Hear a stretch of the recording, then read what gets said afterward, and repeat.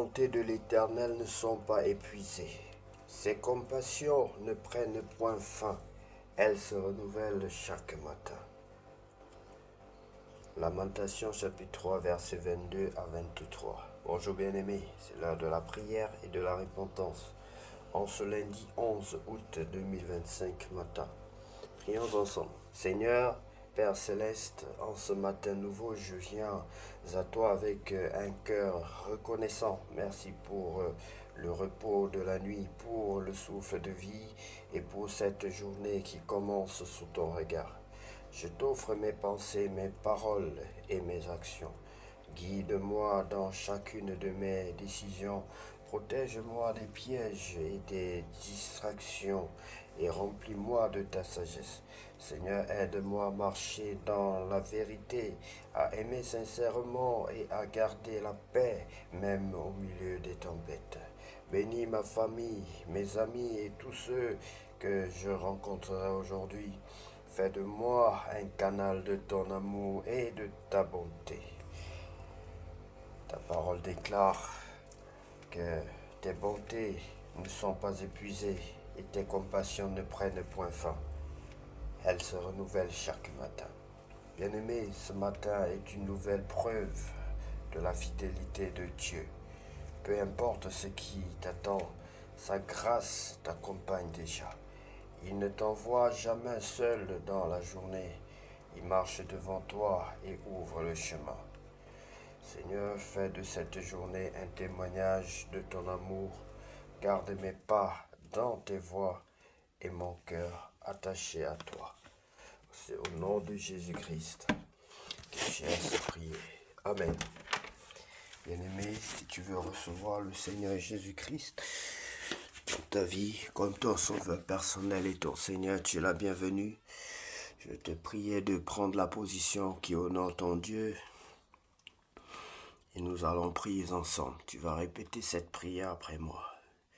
Seigneur Jésus-Christ, merci pour la vie que tu m'as accordée. Merci pour la santé. Seigneur Jésus, je viens à toi ce matin.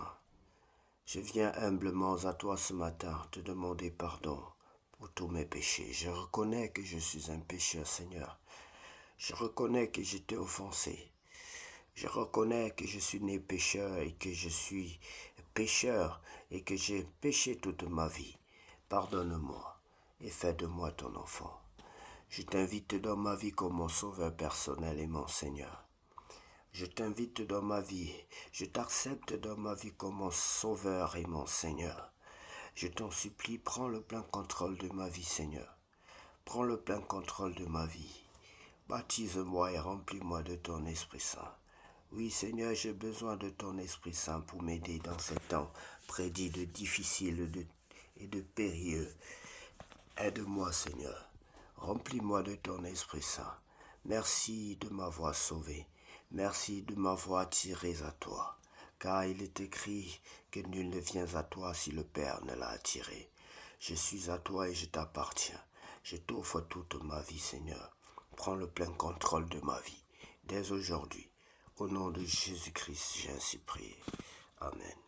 Sois béni, bien-aimé, et sois la bienvenue dans la grande famille chrétienne.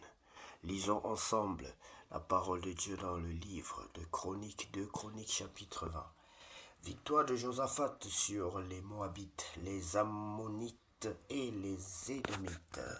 Après cela, les fils de Moab et les fils d'Ammon et avec eux des Moabites marchèrent contre Josaphat pour lui faire la guerre. On vint en informer Josaphat en disant: une multitude nombreuse s'avance contre toi depuis l'autre côté de la mer, depuis la Syrie, et ils sont à Tama, qui est En-Gedi.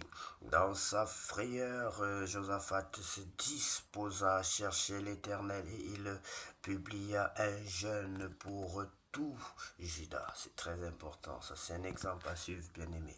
Judas s'assembla pour invoquer l'Éternel et l'on vint de toutes les villes de Juda pour rechercher l'Éternel. Josaphat se présenta au milieu de l'assemblée de Juda et de Jérusalem dans la maison de l'Éternel devant le nouveau parvis et il dit, Éternel Dieu de nos pères, n'es-tu pas Dieu dans les cieux, n'est-ce pas toi qui domines sur tous les royaumes des nations? N'est-ce pas toi qui as en main la force et la puissance et à qui nul ne peut résister? N'est-ce pas toi, ô notre Dieu, qui as chassé les habitants de ce pays devant ton peuple d'Israël et qui l'a donné pour toujours à la postérité d'Abraham qui t'aimait?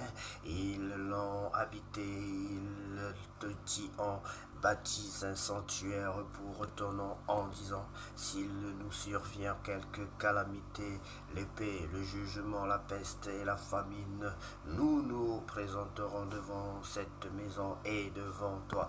Oui, souvenez-vous, bien-aimés, de la prière de Salomon. Il avait dit que quand ton peuple sera persécuté, s'ils viennent en ce lieu te demander pardon, pardonne-leur. Oui, bien-aimés, toutes ces choses sont restées écrites et certainement ce roi avait pris la peine de lire la parole de Dieu, de lire les instructions, les recommandations, la loi de l'Éternel, afin de ne pas faillir, afin d'être sauvé. Parce que c'est la connaissance qui sauve, bien-aimé. S'il ne connaissait pas ces choses, il ne pouvait pas être sauvé dans ces temps de guerre. Car ton nom est dans cette maison, mais nous crierons à toi du sein de notre détresse et tu exauceras et tu sauveras. Maintenant voici les fils d'Ammon et de Moab et ceux de la montagne de Séhir, chez lesquels tu n'as pas permis à Israël d'entrer quand il venait du pays d'Égypte, car il s'est détourné d'eux et ne les a pas détruits. Les voici qui nous récompensent en venant nous chasser de ton héritage dont tu nous as mis en possession.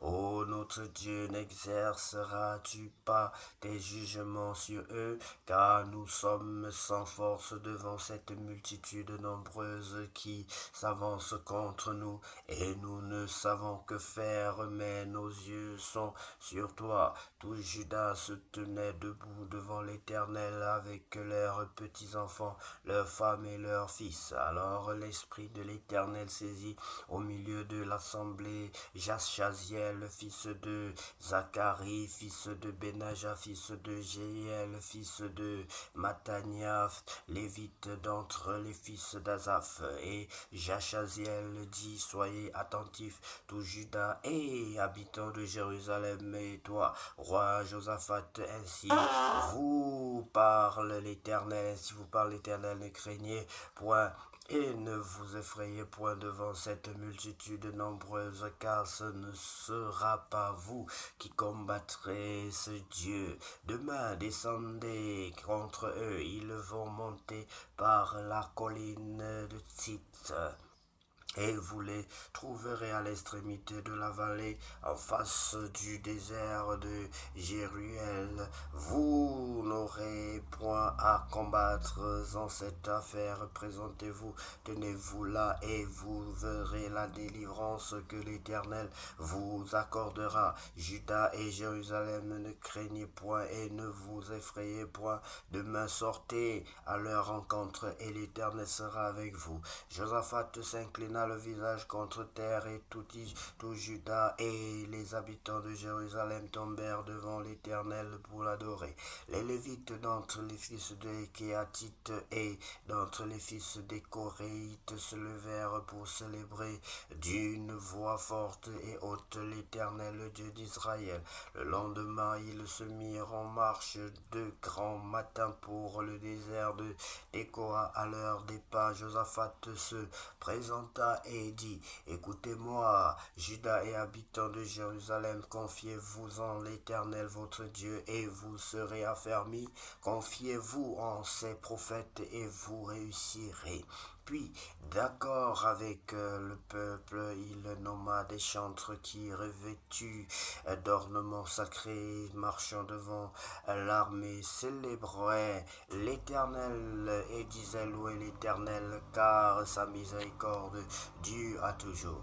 Oui, bien-aimé, on peut dire que la louange est une puissance qui libère. Au moment où l'on commençait les chants et les louanges, l'Éternel plaça une embuscade contre les fils d'Ammon et de Moab et ceux de la montagne de Séir qui étaient venus contre Juda. Et ils furent battus. Les fils d'Ammon et de Moab se jetèrent sur les habitants de la montagne de Séir pour les dévorer par interdit, dévouer par interdit et les exterminer.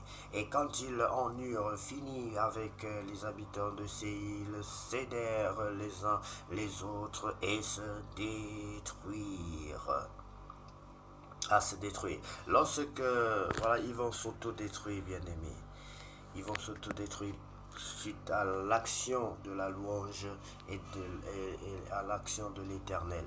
Lorsque Juda fut arrivé sur la hauteur d'où l'on aperçoit le désert, ils regardèrent, n'est-ce pas, du côté de la multitude, et voici, c'étaient des cadavres étendus à terre, et personne n'avait échappé. Josaphat et son peuple allèrent prendre leurs dépouilles. Ils trouvèrent parmi les cadavres d'abondantes richesses et des objets précieux, et ils en enlevèrent tant qu'ils ne purent tout emporter. Ils mirent 3 jours au pillage du butin, car il était considérable. Le 4e jour, ils s'assemblèrent dans la vallée de Beraka, où ils bénirent l'Éternel. C'est pourquoi ils appelèrent ce lieu vallée de Beraka, nom qui lui est resté jusqu'à ce jour. Tous les hommes de Juda et de Jérusalem ayant à leur tête Josaphat partirent joyeux pour retourner à Jérusalem, car l'Éternel les avait remplis de joie et les délivrant de leurs ennemis. Ils entrèrent à Jérusalem et dans la maison de l'Éternel au son des luttes, des harpes et des trompettes. La terreur de l'Éternel s'empara de tous les royaumes des autres pays lorsqu'ils apprirent que l'Éternel avait combattu contre les ennemis d'Israël, et le royaume de Josaphat fut tranquille et son Dieu lui donna du repos de tous côtés. Règne de Josaphat. Josaphat régna sur Juda. Il avait 35 ans lorsqu'il devint roi, et il régna 25 ans à Jérusalem. Sa mère s'appelait Azouba, fille de Shilchi. Il marchait dans la voie de son père Asa et ne s'en détourna point, faisant ce qui est droit aux yeux de l'Éternel. Seulement les hauts lieux ne disparurent point, et le peuple n'avait point encore le cœur fermement attaché au Dieu de ses pères. Le reste de ses actions de Josaphat, des actions de Josaphat, les premières et les dernières, cela est écrit dans les mémoires de Jéhu, fils de Hanani, lesquels sont insérés dans le livre des rois d'Israël. Après cela, Josaphat, roi de Juda, s'associa avec le roi d'Israël Achazia, dont la conduite était impie. Il s'associa avec lui pour construire des navires destinés à aller à Tarsis, et ils firent des navires à Esjon-Géber. Alors Eliezer, fils de Dodava, de Marécha, prophétisa contre Josaphat et dit, parce que tu t'es associé avec Achazia, l'Éternel détruit ton œuvre. Bien-aimé, méditer la parole de Dieu vous rapportera plus d'argent que créer des vidéos TikTok, Facebook, WhatsApp et consorts. C'est bien de créer les vidéos, c'est bien de faire tout ce qu'on peut faire dans cette vie. Mais faites de la méditation de la parole de Dieu votre premier travail, et vous verrez que tout ira pour vous dans le bon sens. Alors Eliezer, fils de Dodavar, de Marécha, prophétisa contre Josaphat et dit, parce que tu t'es associé avec Achazia, et l'Éternel détruit ton œuvre, et les navires furent brisés et ne purent aller à Tarsis. Bien-aimés, si vous voulez des témoignages, j'en ai beaucoup. Chaque jour, Dieu me bénit. Chaque jour, quand on lit la parole de Dieu, ça paraît anodin. On se dit qu'on ne fait rien pour gagner de l'argent. Par exemple, je prends le cas sur l'argent. La parole de Dieu agit sur tout parce que la parole de Dieu est Dieu. La parole de Dieu t'ouvre les portes spirituelles, intellectuelles, morales. La parole de Dieu te guérit, peut t'apporter la santé. Et parlant des richesses, c'est clair. Tout ce que tu fais, tu réussis, tu es béni. Tu es béni intérieurement et extérieurement. D'ailleurs, comme il est écrit dans le livre des Épîtres, que sois prospère à tous égards, comme prospère l'état de ton âme. Lorsque tu manges la nourriture, le pain de vie, le pain de Dieu, ce pain-là entre en toi et fait en sorte que ton âme soit en paix. Et les autres richesses viennent par la suite. On va t'appeler pour dire que voilà, ton entreprise a prospéré. Parce que la Bible dit que tout ce que tu fais réussit, tout ce que tu vas entreprendre, même si tu fais des vidéos, c'est pas mauvais. Mais il faut d'abord consacrer. La Bible dit cherchez d'abord le royaume des cieux et toutes ces choses vous seront données par la suite. Comment cherchez-vous le royaume de Dieu si ce n'est pas d'abord chercher à connaître ce que Dieu veut à travers ses textes, à travers sa parole. Et comment connaître ces choses-là si vous ne passez pas, si vous ne consacrez pas un temps, ne fût-ce que 1 heure ou 30 minutes ou 10 minutes sur 24 heures dans la journée pour chercher votre Dieu dans sa parole. On ne peut connaître Dieu autrement que par sa parole. Et je vous invite, bien aimés, je suis obligé, ce n'est pas pour m'enorgueillir, non, loin de là. C'est juste pour vous encourager, pour vous dire que ceux qui passent leur temps à publier les vidéos, montrer que l'Afrique est pauvre parce qu'on prie, parce qu'il y a des pasteurs, c'est vrai, il y a des faux pasteurs. Mais je vais vous dire, moi je parle de la Bible et de la repentance. Vous comprenez?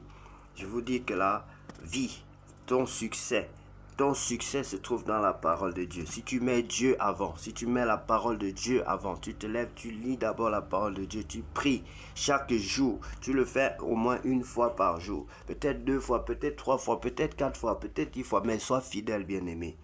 Tu verras. On verra les résultats dans 1 an quand tu vas faire le bilan de ta vie. Dieu te mettra à la tête de tout ce que tu entreprendras, bien-aimé. L'autre problème, c'est que la Bible est claire là-dessus. Le peuple de Dieu périt faute de connaissance. Et la connaissance se trouve où? Est-ce que la connaissance se trouve dans la distraction? La Bible ne nous demande pas de lire et de comprendre de suite.